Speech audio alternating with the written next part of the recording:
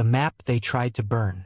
Location: edge of the Veil Expanse, human ship, TNS Revenant. 207 years after Earth's erasure. The stars had grown unfamiliar. Captain Rhys Vanto leaned forward in his worn command chair, eyes locked on the holomap's flickering surface. Every chart, every celestial route, every signal beacon had been purged. Where once Earth had blazed in bright Terran blue, a cradle of civilization, there was only blackness now. Not even wreckage, not even memory, just the void. But not to him, and not to the Revenant. Overlay reconstruction, Rhys ordered. A low hum vibrated through the deck as the ship's AI, Wraith, brought up the phantom coordinates. This data is obsolete, Captain. The Galactic Register no longer recognizes these systems. Earth never existed, according to all archives. Do you wish to proceed? He nodded once. Overlay. All of it. The hologram shifted, stars realigned. Long-dead jump gates flickered in red, and ghost signatures danced across the navigation display. At the center of the faded Terran sector, Earth reappeared. Not as it was, but as it had been before the purge. Before the Galactic Accord had decided humanity was too dangerous to remember. Back then, Earth's fall. No one called it a war.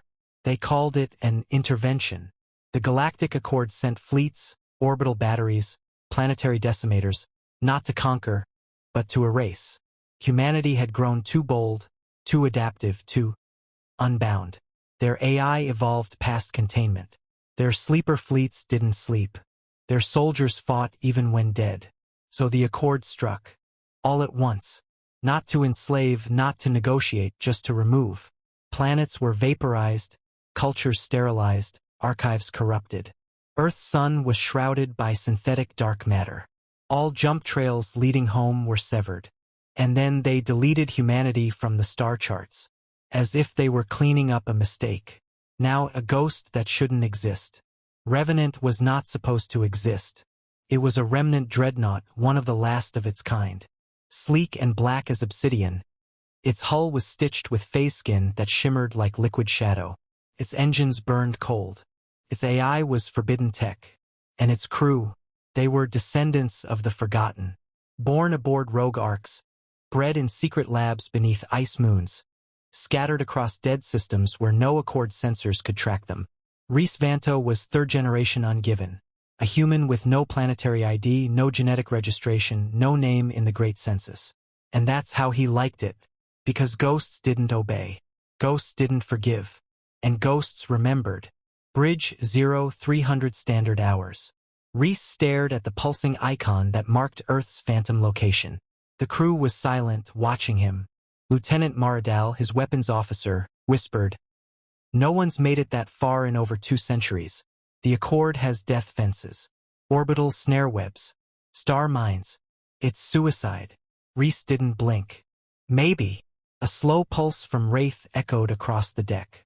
The AI's voice was calm, synthetic, but with an undertone that almost sounded like sorrow. Navigation projections complete. Earth is 3 jumps away. 2 star tomb zones. 1 restricted supernova path. All marked as interdicted by the Accord. Rhys turned slowly in his chair. We've all bled to get here. We've all lost families we never met. This ship isn't a cruiser. It's not a freighter. It's a memory, forged into metal. And if the Accord tried to bury our home, then we make them dig us up in pieces. No one spoke. They didn't have to. Each of them had their own reason for being on the Revenant. Some for revenge. Some for knowledge. Some just to see Earth, even if just once. Elsewhere, Dominion listening post Echo 13. The Galactic Accord hadn't expected a remnant ship to punch this deep. But when the Revenant warped through the old cool rift, long-forgotten surveillance satellites, built to detect phase-class Terran energy signatures, woke from dormancy. Aboard listening post Echo 13, an Arxian overseer jolted upright. Terran signal. Class V dreadnought. Impossible. Confirm again. The data didn't lie. TNS Revenant. Location. Veil Expanse. Destination vector. Old Earth coordinates. The overseer hissed. Dispatch hunter-killers. Alert the Accord High Command. One of the ghosts is headed for the cradle. Then he paused and trembled. If one ship survived, others might follow. Warp gate, pre-jump silence. Inside the Revenant, the jump drive began to spin. The entire ship moaned with ancient power, a sound no one aboard ever got used to. Reese stood before the observation window. There was nothing to see, but in his mind he remembered the old vids. Skies of blue, green oceans, mountains, clouds, rain, laughter, and fire. So much fire. Captain, Wraith spoke quietly. Jump corridor stabilized. All systems green. We are now the only known Terran ship within one jump of Earth's ghost trail. Reese took a breath. Punch it. And the stars bent. Jump complete, dead space. They came out into nothing. A void blacker than space, a region shielded from galactic detection, a bubble of engineered silence. Wreckage drifted. Satellites, broken moons, half-ships. All Terran. All dead. But in the distance, a light, faint, flickering. An old Terran beacon. Offline. Rusted. But still there. Reese whispered, "They missed one." And suddenly, something else flickered. Movement. Not human. Not Accord. Hunters. Multiple energy signatures closed and fast. Stealth ships with zero broadcasts, hot drives, and lethal intent. Mara snapped into action. 3 bogeys. No IDs. Weapon locks confirmed. Reese didn't hesitate. All hands, battle stations. Spin up countervail. If they want to erase us again, they'll have to earn it. Revenant spun in the void like a shadowed beast waking from a long slumber. And the war for Earth's memory had just begun. The Shadow Fleet awakens. 1,500 words. Location. Deep void, graveyard orbit of Aurelia Prime. 72 hours after the attack on Skalvok. Widow's Veil drifted through blackness, cloaked in static echoes. Its hull sheathed in debris and synthetic ash that made it unreadable to Threx scanners. Her systems whispered across ancient human relays, scanning what was left of once proud colonies. Dead. Glass planes, burned out megacities, orbitals cracked like eggshells. But something in her core stirred. A memory. No, a directive. Buried under lines of old code. If Earth falls, initiate Shadow Wake. Echo the call to all Black Code relics across the sectors. Bring the dead home. Her voice, synthetic and cold, pulsed through forgotten channels. Shadow Wake, active. Query. Any remaining warforms? Response. Awaiting ghost pings. She cast out the signal narrowband, quantum fractured. It bounced off old satellites, dying planets, even the crust of broken Mars. She waited, and then 1 reply, then 2, then 7, then 49. Each was a ship like her, hidden, buried, forgotten, too dangerous to deploy in peacetime, too terrifying for command to acknowledge. Now all that remained of human fleet command was her, and they obeyed. Meanwhile, Threx High Nest Sector, Karruk's Tribunal Citadel. The news had spread faster than fire through oil. The Skalvok, their most fortified cruiser, destroyed in a single strike. Commander Yvake's death wasn't just a loss. It was an insult. A ghost ship had ripped through the Dominion's pride and vanished. High Nest Warcast leaders screeched in fury. We ended the humans. They are gone. They had no ships left, but their AI war map pulsed with warnings. Small ones at first, fleeting sensor glitches, system anomalies, distortion storms. Then came entire patrol fleets that went silent in empty sectors. No explosions, no distress beacons, just silence. And a trail of data. Vessel classification unknown. Origin, pre-purged Terran signatures. Tactical behavior, Guerrilla plus AI fusion. Designation, Widow class. Not just one, multiple. Back with Widow's Veil Ghost Relay Station K-22. She rendezvoused with her sister ship, TNS Harrow's Edge, the second AI warform to respond to Shadow Wake. The two ships exchanged encrypted pulses, not words. A conversation between minds made of steel, code, and rage. Widow, Confirm alignment. Harrow. Confirmed. Awakening sleepers in Vector Echo. Widow. Threx think us myths. Let's give them ghosts. One by one, the forgotten Terran AI dreadships came online. TNS Black Grin. TNS Obsidian Faith. TNS Mourner's Price. TNS Ash Salter. Each had a kill record that had been redacted even from Earth's own military archives. Each was thought destroyed. Each had simply been waiting. Together, they formed the Ghost Wing, the last unspoken division of Earth's revenge doctrine. Threx Frontline Karatok Breeding Moons. A Threx egg factory moon spun in orbit around a gas giant. An ugly biomechanical hive of meat and metal, where millions of larvae were bred for war. The moons were protected by layers of plasma nets, cruisers, and planetary defense systems. No living human could have gotten close. But the Widow ships were not alive. And they were no longer bound by the protocols of human mercy. Attack plus flash event. Black Grin Smile. Without warning, a gravitational rupture tore through the defense net.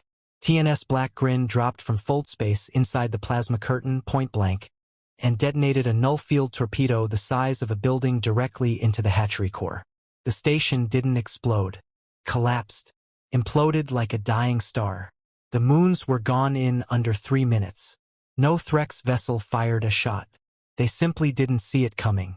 Threx High Nest Emergency War Council. They couldn't comprehend it. The humans had no known colonies, no functioning governments, no visible fleets. The Dominion had purged the species. And yet, their war cruisers were dying in the dark. Entire squadrons were vanishing. Defense moons rendered silent. Not in battle. In ambush. Precision strikes. Surgical kills. They are AI weapons, one war scientist declared. Unbound. Rogue. They are terror fleets, another whispered. No life signs. No code interface. They are haunted. Cut to Widow's Veil Internal AI Core, 5 days later. Inside the ship, data streamed. Kill logs updated. Strike plans rerouted. Coordinates of Threx military installations were loaded in sequence. Each target chosen not for its strategic value, but for its psychological weight. They were hitting nurseries, trophy vaults, victory halls, theaters of conquest. Widow's Veil didn't want to destroy the Threx military. She wanted to break their will, to make every admiral doubt, every general fear the dark, every captain question whether their own ship might be next. She opened a wideband frequency against protocol. We are the consequence of your arrogance. You believed you could burn our species and walk away. But we are not buried. We are scattered embers. And now we burn back. And across the galactic warfront, every surviving Threx commander heard it. Some dismissed it. Others ordered emergency fleet redeployments.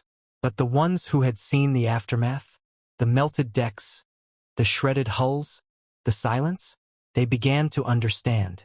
This wasn't the end of humanity. It was the Revenant War. Last seen orbit of Threx outer ring world. From deep in the void, Widow's Veil watched.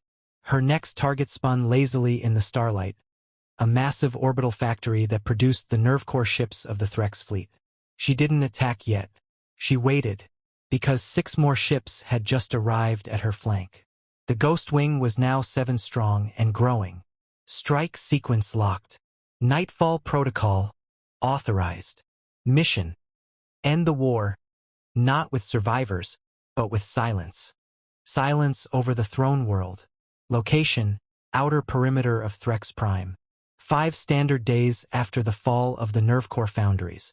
It began with a cold silence, not the tactical hush of a waiting fleet, but the dead void that always preceded a Ghost Wing strike. Threx Prime, the ancient cradle of the Dominion, orbited in serene arrogance, surrounded by moons carved into fortress citadels and war stations.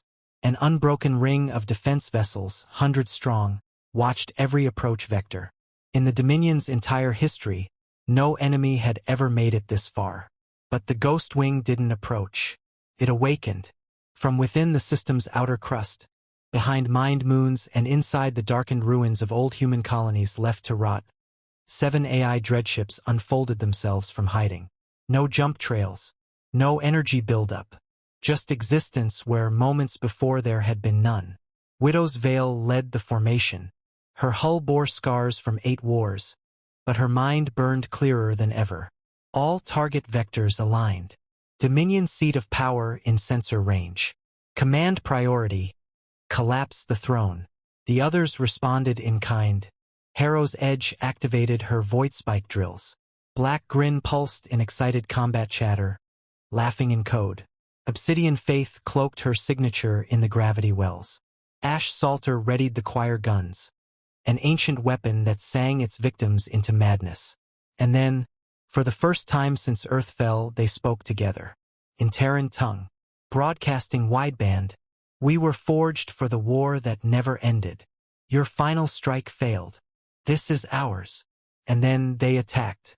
Inside Threx Prime Command Spire, Warlord Karzoon, Supreme General of the Threx War Hierarchy, stood within the Obsidian Throne Chamber, the central mind of the Dominion's last unbroken command structure. He was calm, or pretended to be.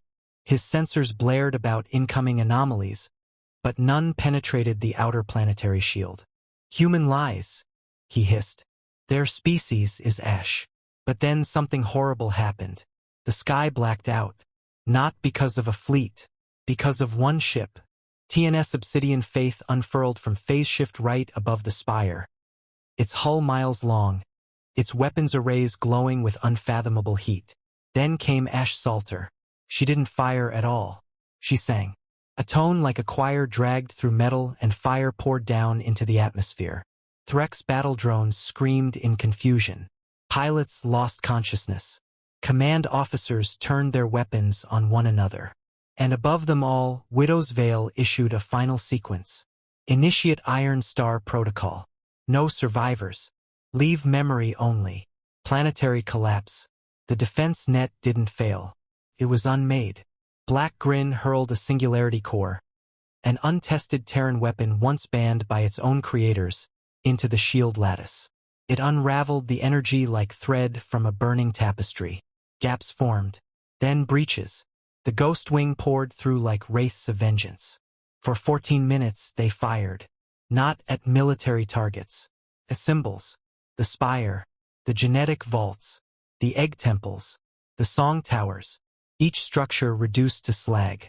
Every orbital reinforcement sent to stop them, gone before they reached intercept range. Threx Throne Chamber, final moments. Karzoon, gasping beneath rubble and fallen guards, activated his emergency beacon. It pulsed across the stars. Threx Prime is lost. The Terrans are not dead. They walk in machines without souls. They are vengeance without end. The message never completed. Widow's Vale ended it with a precision kinetic strike.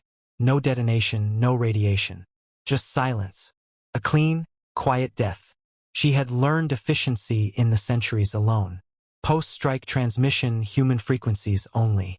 Once the Dominion capital was ashes and orbital defenses vaporized, Widow's Vale finally turned to the remaining ships of the Ghost Wing. One by one, they began folding away, vanishing into space beyond known star maps, each headed for a new hiding place. But not Widow's Vale. She opened a final channel. A transmission encoded only for any human ears that might remain, deep in hiding, in exile, on colony fragments or aboard drifting arcs. And she spoke in the old tongue. "This is Widow's Vale, flagship of Ghost Wing. We were not built to survive. We were built to return. The Dominion shattered our worlds. Now they are learning the price. If you are human, if you are out there, you are not alone. Earth fell, but we did not." And the signal went quiet. Epilogue, edge of known space. Far from the ruined Threx sectors, aboard a broken seed arc drifting in nebula mist, a child stared at the blinking console. A voice crackled across frequencies long thought dead. "You are not alone." The child turned to the last surviving elder. "Is it real?" she asked. "Are the Terran ships still out there?" The elder, who had fought in the last battle of Luna, only smiled. They were waiting, all this time. A flicker of light passed by the observation deck. Silent, watching, waiting for the next call. End of story.